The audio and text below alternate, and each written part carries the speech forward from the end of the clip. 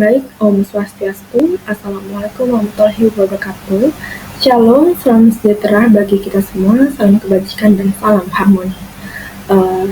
Pada video kali ini, saya akan mempresentasikan materi terkait filosofi pendidikan idealisme dan pragmatisme. Namun, sebelumnya, perkenalkan, nama saya Swistri Manika Barukuni Ayu Nawang dengan NIM 22110111034 dari kelas BKA nomor absen 13 dari Prodi Bimbingan dan Konseling. Baik, pada poin pertama di sini jelaskan secara mendalam perbedaan antara filsafat pendidikan idealisme dan pragmatisme. Filsafat pendidikan idealisme mengutamakan pentingnya dari pengembangan mental, moral, dan spiritual peserta didik. Idealisme juga mengidentifikasikan bahwa hakikat nyata dunia adalah berupa ide yang memiliki sifat rohani atau juga yang biasa disebut dengan integrasi. Secara historis, Plato memiliki peranan penting dalam pengembangan filsafat pendidikan idealisme, yang dimana Plato ini mengagungkan nilai pengetahuan dan keadilan. Selain menciptakan dominasi yang kuat, pengaruh dari Plato juga terkenal dengan menjadikannya guru Aristoteles yang dianggap sebagai bapak penalaran deduktif. Dalam peranan kurikulum, pendidikan idealisme mengutamakan mata pelajaran yang memiliki peranan pendidik, akal, dan pengertian siswa seperti filsafat, seni etika, dan lain-lain. Dalam metode pengajaran filsafat, pendidikan idealisme mendorong pemikiran kritis seperti contoh dengan berdiskusi antar murid, kemudian berdialog atau tanya jawab. Pendidik menurut idealisme juga memiliki tujuan untuk mencapai pengembangan karakter yang positif, yang dimana peserta didik untuk ditekankan untuk membiasakan kebiasaan baik dan mewujudkan untuk menciptakan manusia yang bermoral dan berdaya.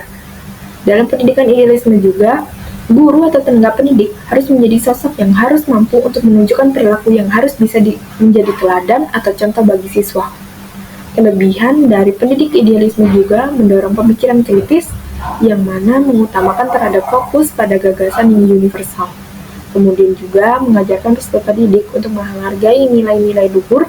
Idealisme menumbuhkan nilai-nilai positif yang dianggap penting bagi kehidupan.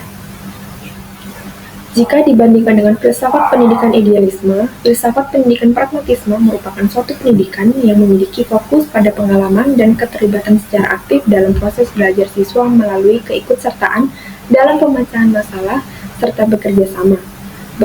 Peserta didik melalui ini dilatih untuk bisa membentuk karakter yang mendorong kreativitasan dan pemikiran kreatif, yang mana siswa dalam pengajaran pendidikan pragmatisme, peserta didik diajarkan untuk berpikir secara mandiri dan inovatif.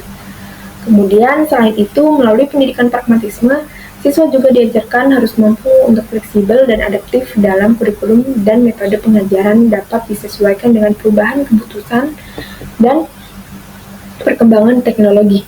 Dalam pengimplikasian dalam kurikulum pendidikan pragmatisme menekankan kolaborasi dan interaksi sosial yang dimana dalam proses belajar peserta didik lebih efektif menangkap materi melalui diskusi kerja kelompok dan pengalaman yang melibatkan belajar dalam komunitas belajar. Baik, untuk poin selanjutnya, bagaimana kedua pendekatan ini diterapkan dalam sistem pendidikan Indonesia.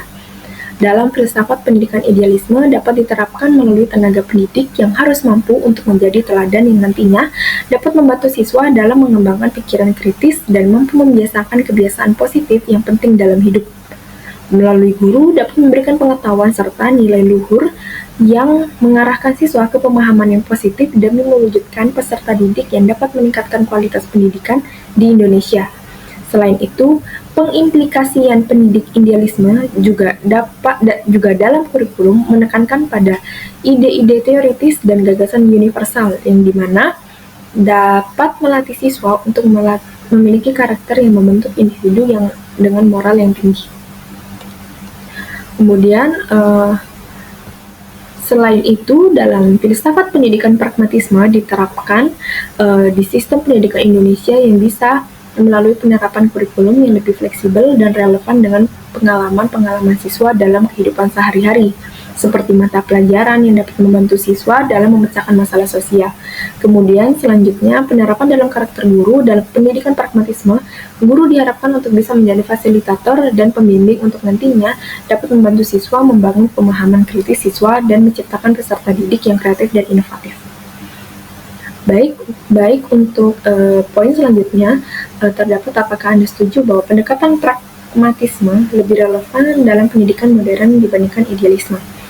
Menurut pendapat pribadi saya, ya, saya setuju karena dalam pendidikan pragmatisme, dalam pengimplementasiannya, peserta didik dibentuk untuk agar memiliki karakteristik yang diharapkan untuk selalu bisa menjadi pribadi yang memiliki kemampuan kritis dan selalu bisa untuk beradaptasi dengan perubahan sosial lingkungan, serta memampukan setiap peserta didik untuk mampu selalu siap dalam menghadapi masalah nyata dan dapat bekerja secara berkolaboratif, kreatif, dan inovatif.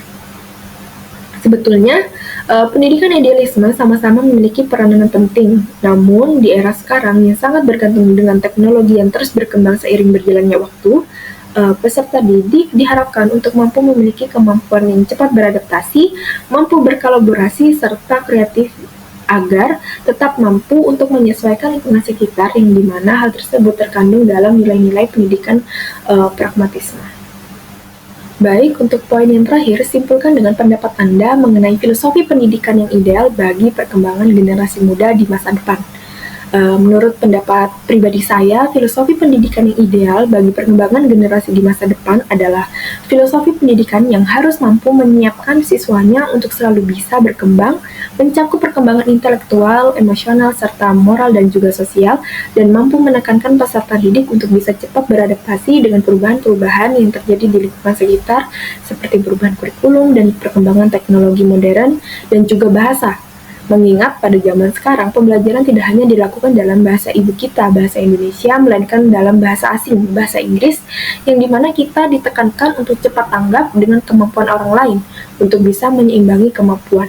Serta menurut saya, dalam filosofi pendidikan masa depan, perlu menggabungkan aspek-aspek idealisme dan pragmatisme, sehingga siswa tidak hanya menjadi pribadi yang bermoral dan berkarakter, melainkan juga kreatif dan fleksibel dan adaptif. Baik, untuk kesimpulan, saya menyimpulkan bahwa filsafat pendidikan idealisme merupakan suatu pendidikan yang menekankan peserta didik untuk bisa menjadi pribadi yang memiliki etika dan bermoral tinggi, yang dimana dalam penerapan filosofi pendidikan idealisme, peserta didik dituntut untuk menerapkan nilai budi luhur demi mewujudkan peserta didik yang memiliki kualitas yang baik demi pendidikan di Indonesia. Selain itu, pendidikan pragmatisme juga memiliki peranan penting yang dimana dapat membentuk karakter siswa untuk mampu menjadi pribadi yang kreatif, inovatif, adaptif, dan bisa berkolaborasi. Dalam penerapan pembelajaran pragmatisme, peserta didik akan dilatih berpikir kritis dan memecahkan masalah, sehingga karakteristik siswa yang positif dapat terbentuk demi menciptakan peserta didik yang unggul. Penerapan pendidikan idealisme dan pragmatisme memiliki peranan yang penting dalam kurikulum pendidikan di Indonesia.